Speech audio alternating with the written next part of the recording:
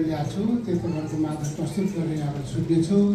अनि कविताको शीर्षक छ सुसमाचार। अगमबानी वचनहरू थियो, यीशु जन्मनु भयो, कन्या मोरिमबाट जन्मनु भयो, भविष्यवाणी थियो। आदिमा सत्य वचन हुनुहुन्थ्यो, वचन उहाँ नै थियो, परम प्रभुको अचम्म लीला त्यो सुसमाचार भयो। हाम्रा निम्ति इमानुएल जन्मने अगमबानी थियो, सारा प्राणीहरूलाई रक्षा गर्ने आज्ञा भएको थियो। कन्याको गर्भबाट जन्मने भनी भविष्यवाणी थियो, बालकको नाम यीशु हुने कुरा अगमबानी थियो।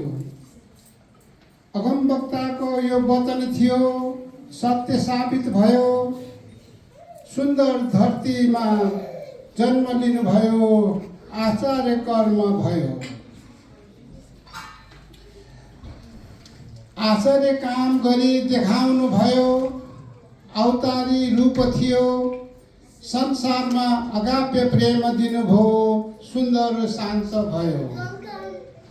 संसारको ज्योति महु भन्नुभयो, जीवन दिनुभयो, जीवनको रोटी महु भन्नुभयो, माग दिन्छु भन्नुभयो। हराएकालाई खोज भन्नुभयो, ढोका महु भन्नुभयो, बाटो सत्य र जीवन हो भन्नुभयो, धरतीमा आउनुभयो। धरतीको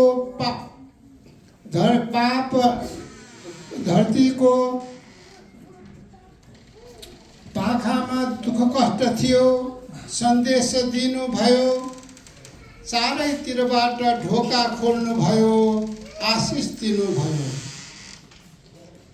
धरतीमा यीशु ख्रीष्ट आउनुभयो, मुक्तिको लागि थियो, सृष्टिकै समयमा योजना थियो, आज यो सम्पूर्ण पुरा भयो। धन्यवाद।